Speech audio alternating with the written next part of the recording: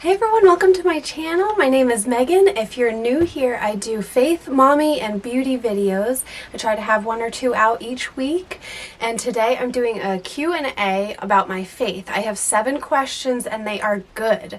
So I'm going to just start rolling, and we're going to start with question number 1.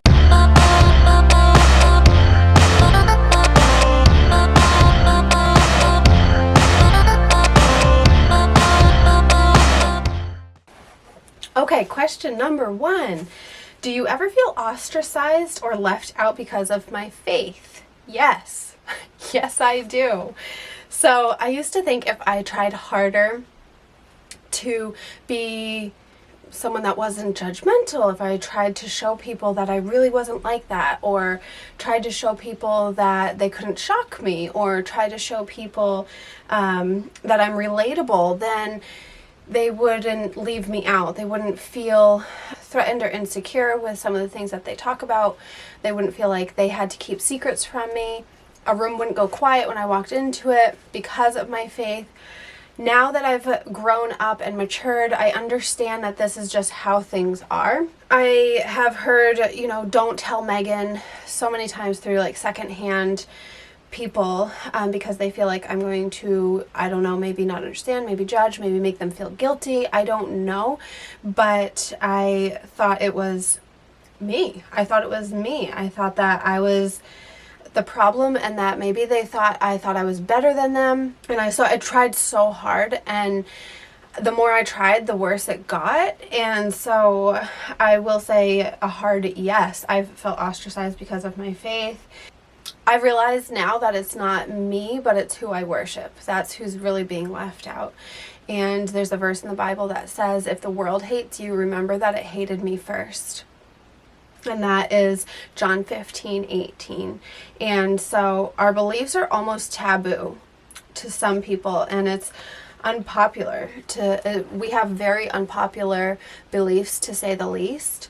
My pastor has been talking about how you can pretty much say anything, that you use crystals, that you believe in a God, that you are spiritual, but to mention the name of Jesus Christ, it's almost like, ooh, when you say that, people are really put off. And so I have to remember that when people hate me because of what I believe in, they're not hating me. They're literally hating who I worship. They're hating on Jesus Christ. And I have to remember that my goal in life is to stick up for him. So as far as beliefs go, it is very taboo to speak of certain things that we speak of in Christianity. Life beginning at conception, single partner for life, all those sorts of things. It's not a popular belief. So of course, we're going to be left out of groups, or we're not going to be liked or appreciated for some of those beliefs. And it's not something that we can compromise on. So that then makes us even more ostracized. And it's really a tough thing, because we have to choose flat out who we are serving. Are we serving the world, or are we serving our God? And if you're trying to get everyone to like you, you're serving the world. Even though it's so hard to just say I don't want to say I don't care about what people think of me. I still care very deeply, and I want to make sure that I'm there for people, and that I'm not coming across as judgmental, that I'm not coming across as thinking I'm better than anyone else. That is super important to me, and I believe God would appreciate that as well, me being sensitive to those feelings. But when it comes flat out to either believing or not believing, standing up for what you believe in, there's only one choice. So yes, I have felt left out and ostracized because of my faith, but I consider that part of my time here, and that's just something that is going to happen. I will say that I realized that a lot of pressure came off me when I took the pressure off myself to try to fit in and try to get people to not leave me out or not think certain things of me. I can't change people's opinions of me. And when I stopped trying is when things got a little bit better, a little bit easier, because people can sense when you're trying too hard. They just can. And it's uncomfortable. Question number 2. How do you handle negative reactions about your faith, such as debating or mocking? I am the stereotype. I never thought I would be, but I am the stereotype of the Christian that gets made fun of. I have a bunch of kids. I drive a minivan. I listen to Christian music. I really am like what people would tease and say a holy roller or a Jesus freak or whatever you want to call it. So I have gotten those terms before, or someone's made fun of someone else right in front of me and then they turn around and they see that I'm there and they're like, ugh, you know, like it's really awkward. Yeah, I just think it's kind of funny. I have one friend that continually challenges me, like always wants to debate something, and I feel like that is fine if she is curious or really just wanting to like nail me down on my beliefs. That I definitely don't care about, and I will do that until it's not healthy. I mean, there comes a point when you're arguing and your emotions are starting to rise, and that's not good. That's not good for you. But if someone is like honestly saying, well, like, I don't believe in that, so why do you believe in that? Or, you know, that's different. She constantly challenges me though. Like it can be even like how I perceive a movie, like the main point of a movie. I see things one way and she will see things another, and that's okay. But if someone is honestly like flat out making fun of me, that's a different story. So yeah, if someone is completely like mocking me or making fun of me, I know that the Bible says, do not cast your pearls before swine. In other words, like don't be preaching or teaching or conversing with people that are just going to completely reject you and reject your belief system just so that they can say that they've, you know, made fun of you or whatever. Like, do not cast your pearls before swine. Like if you have a completely 100% unreceptive audience, then you need to move on. And that's how I look at it. Like I need to move on and I need to speak with someone that is receptive, because like the kingdom of heaven is waiting, and you know there's plenty of room for everyone. And if you are completely unreceptive, then I will go to someone that may be receptive. And that's what the Bible tells us to do. Jesus told his disciples to not cast your pearls before swine. So that is in Matthew 7 and it's verse 6 if you want to look it up. So I will shut it down and I will pray for the person, and I will hope and again pray that everything turns around and that they will accept even a little nugget of what I believe to be truth. And if they don't, then I understand that it's not their belief system and I can respect it even if we disagree, but I will pray for them that they will believe someday. Question number 3. This is a good one, guys. This is a good one. Am I open to my kids learning about a variety of religions and choosing one that matches their beliefs when they're older? Yes. Yes, yes, yes, yes, yes. I can't say it more.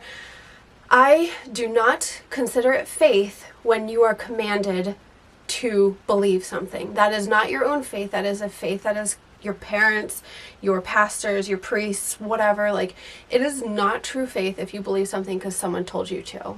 Someone can tell me the sky is purple, and if it's drilled in my head enough and my answer is supposed to be purple when someone asks me what color the sky is, then I'll say purple. But deep down, I know that the sky is not purple.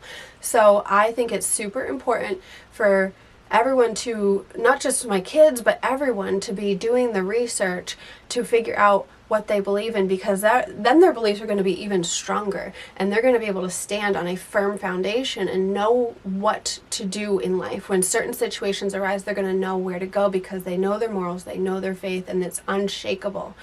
I do not want my kids to just believe something because I believed something. I don't think that's healthy, and I don't think it's fair to them. When I was probably 12, I was in my father's church. He was a pastor, and it was like I had this like aha moment. Like, do I believe any of this? My whole life I've just been doing this. I've just been going through the motions and I've just been believing it. But I had this moment of like, do I believe any of this? Any of it? And I had to discover on my own faith, and it did coincide with what I was taught, and I did believe it. And I do believe it, but it took me a little bit of time to really make it my own. Question number 4. Did you ever feel a certain pressure to present yourself in a certain way because you were a pastor's daughter? Honestly, I thought about this quite a bit because I was like, I must have felt some pressure, and I'd be lying if I said yes. The answer to that one would have to be no. I didn't feel a certain pressure. And now I'm not saying that every pastor's kid didn't feel pressure. Everyone's family dynamics is different. Every congregation is different. Me personally, I did not feel pressure to present myself in a certain way. Even through my teenage years, when you're experimenting with your wardrobe and your hair and your makeup and all that, I did not feel a certain pressure. I did feel looks when I started to do certain things, but that's because the church isn't perfect, and that's a whole different video. But yeah, I didn't feel like I had to be a certain way, a certain mold. Like, Jesus didn't make cookie cutter Christians, so I'm not a cookie cutter, and that's that. Question number 5. What actions do you do on a regular basis that show you are a Christian without even having to say that you are? Okay, let me just say that I am a failure. Nobody is perfect. I thank God for second and third chances because I've messed up a lot. And anyone that tells you that they haven't messed up is messing up because they're a liar, and they're lying right then and there. I do the best I can to show people my faith, and I think one of the saddest moments would be if someone said to me, I didn't even know that you believed in anything. If anyone ever said that to me, I think I would have to reevaluate my whole world, because I want people to see a difference in me. I want to be nicer than the next one. I want to be there for people. I do feel like God has given me many opportunities to be a listener, and I think that's one of the first things that comes to mind when someone asks me how I show that I believe in God and in Jesus and the Bible is, when someone asks me how people know that you do that, how you believe that, like, what's different about you, like, I hope people can say, like, she really listened to me and she tried to help me when in trouble. I've been given a lot of chances to, at work, at home, in my personal life. Like, I just feel like I enjoy hearing people's stories, and I've heard some doozies, and I feel like, at the beginning it was daunting, especially like the beginning of my career, to hear certain revelations from people. And then I realized, like, we're all the same, like, we're all failures, and we all need those that are going to uplift us. So I just want to be that for someone. One of my absolute favorite verses in the Bible is James 1:19, and it says, let me see if I can get the order right. Be quick to listen, slow to speak, slow to become angry. I don't know if I got the order of that right, but bottom line is we need to listen, and we need to not be easily offended, and we need to stop talking. Stop talking for a minute and just really be present. And I think that that's such an important verse for my life, because I've been given many opportunities to interact with people, and I don't want to just be a chatterbox. I want to listen to and not be easily offended, and not be quick to anger. And that's a good mantra for life, So, question number 6. Do you ever feel that religious beliefs can change given an individual's life experiences? Yes, to an extent, with a catch. That's what I wrote. Yes, with an extent, to a catch. Yes, to an extent, with a catch. There we go.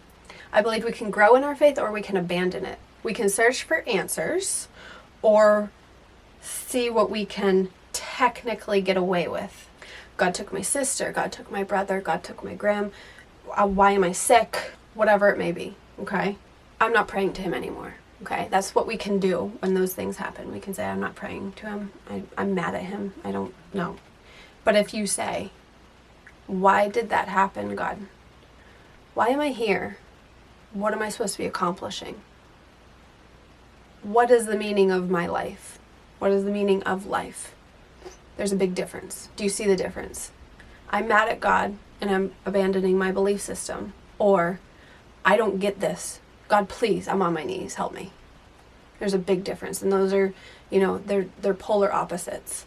And I truly think that when life situations happen, people will go in one of those two directions. I don't feel like it's very much in between. Our belief system should only change when we understand more, not less. So when something tragic happens and you don't understand it, and you change your belief system, you're changing your belief system because of things you don't know. That's not a secure, in my opinion, that's not a secure method of operating. So, okay, final question. Question number 7, siete. As Christians, why are we confident that we are going to heaven? Why are we confident that we are spending eternity with Christ when we die? Okay, I'm going to say as short as possible, and then I'm going to give an explanation. The short answer is relationship with Christ. You know, there are many religions that are, you know, ritualistic. This is what you do, this is how you're supposed to do it, and this is when and why. Christianity is different. Christianity is a relationship with Christ. And when you have a relationship with someone, anyone, whoever that may be, the more time you're with them, the better you know them. And so it starts with a leap of faith. You know, faith comes from hearing the word. There's a verse in the Bible that says faith comes from hearing. It is the hope. It is the, how does that verse go? Faith is the substance of things hoped for. Oh, gracious. I'm going to have to look that up. Now faith is the substance of things hoped for, the evidence of things not seen. Hebrews chapter 11 verse. Okay, so Hebrews 11:1. Now faith is the substance of things hoped for, evidence of things not seen. So when you decide, I'm going to believe something, it doesn't mean that you've seen it, okay? If the snow's falling, I'm not going to say, I'm going to choose to believe that there's snow. No, you know there's snow. You see it right in front of you. When you have faith, though, you believe that snow exists, even though you've lived in Hawaii your whole life. So when you start a relationship with Christ, it doesn't mean that you are just like, yeah, I believe everything and I'm going to force myself to, and that's just that. No, you start by having faith of, you know, his words, and it slowly grows, and you start to understand more, you mature more, you develop a relationship with him. So I'm getting to a point, believe me. When we have a relationship with Christ, we feel it, okay? So we feel it. And we know it to be true, just like, you know, the snow is real and relationships are real. It starts with a choice to follow or pursue. Then comes understanding, and then comes believing. And it's kind of like a domino effect. So it just kind of goes from there.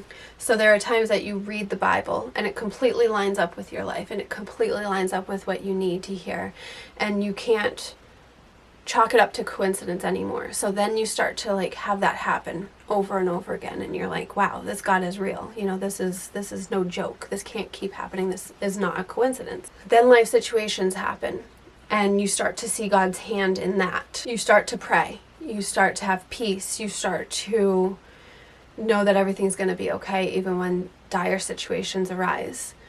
That it's all just building. You know, do you understand? Like it's getting greater and greater, and you understand more, and you believe more, and you trust more.